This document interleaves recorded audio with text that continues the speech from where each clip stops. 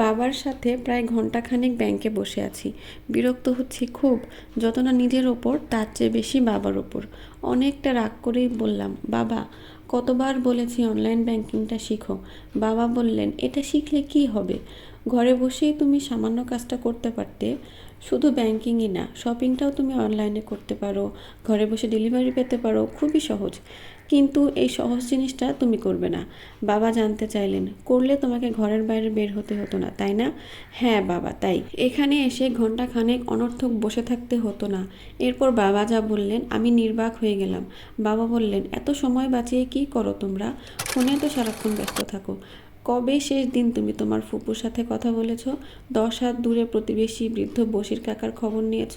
অথচ আপনজনের সাথে দেখা করতে আমরা 10 মাইল পথ হেঁটেছি, সময় বাঁচানোর চিন্তা করিনি। মানুষ যদি মানুষের পাশেই না যায় তবে এত সময় বাঁচিয়ে কি হবে বলো?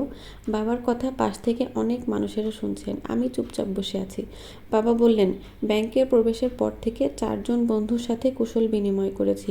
তুমি জানো আমি ঘরে একা, তাই ঘর থেকে বের হয়ে আসাটাই আমার আনন্দ। এইসব মানুষের সহচর্যই আমার সঙ্গ। আমার তো এখন সময়ের কমতি নেই, মানুষের সহচর্যের কমতি আছে। ডিভাইস, হোম ডেলিভারি এনে দেবে অনেক কিছু, কিন্তু মানুষের সহচর্য তো এনে দেবে না।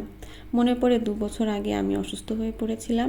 যে দোকান থেকে আমি দৈনন্দিন কেনাকাটা করি তিনি আমাকে দেখতে গিয়েছিলেন। আমার পাশে বসে থেকে মাথায় হাত রেখেছিলেন। আমার চোখ অশ্রুসিক্ত হয়েছিল। তোমার ডিভাইস বড়জোর একটা যান্ত্রিক ইমেল পাঠাবে, কিন্তু আমার পাশে বসে থেকে চোখের জল তো মুছে দেবে না, বরং মনের কষ্ট আরও বাড়বে। চোখের জল মুছে দেওয়ার মতো কোনো ডিভাইস কি তৈরি হয়েছে? সকালে হাঁটতে গিয়ে তোমার মা পড়ে গিয়েছিলেন, কে তাকে ঘরে পৌঁছে দিয়েছিল? অনলাইন মানুষের অ্যাকাউন্ট চেনে, সে তো মানুষ চেনে না।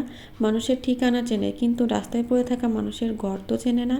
এই যে মানুষ আমার শয্যার পাশে ছিল, তোমার মাকে ঘরে পৌঁছে দিল, কারণ দৈনন্দিন নানা প্রয়োজনে একজন আরেকজনকে চিনত। সব কিছু অনলাইন হয়ে গেলে হিউম্যান টাচটা কোথায় পাবে বলো? আর পায় না বলেই পাশের ঘরে মানুষ মরে পড়ে গিয়ে লাশ হয়ে দুর্গন্ধ না আসা পর্যন্ত কেউ কারো খবর আর রাখে না। বড় বড় অ্যাপার্টমেন্টগুলো আমাদের অ্যাপার্টি করে দিয়েছে। পুরো পাড়ায় একটা টেলিভিশনে কোনো অনুষ্ঠান একসাথে দেখে সবার আনন্দ আমরা একসাথে জড়ো করতাম।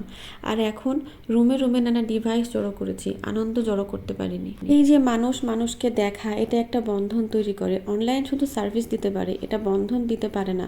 পণ্য দিতে পারে, পুণ্য দিতে পারে না। কিছুদিন আগে আশা ভোসলে একটা ছবি পোস্ট করে ক্যাপশনে লিখেছিলেন, আমার চারপাশে মানুষ বসে আছে কিন্তু কথা বলার মানুষ নেই, কারণ সবার হাতেই ডিভাইস। বাবা দীর্ঘশ্বাস ফেলে বললেন, জানি না ভুল বলছি কিনা, তবে আমার মনে হয় তোমরা পণ্যের লোগো যত চেনো, স্বজনের চেহারা তত চেনো না। তাই যত পারো মানুষের সাথে সম্পর্ক তৈরি করো, ডিভাইসের সাথে না। টেকনোলজি জীবন নয়, spend time with people, not with device. এই সময় বাবাকে কাউন্টার থেকে ডাক দেওয়া হলো। বাবাকে আমি অনলাইন শেখাতে গিয়েছিলাম, বাবা আমাকে লাইফ লাইন শিখিয়ে দিলেন।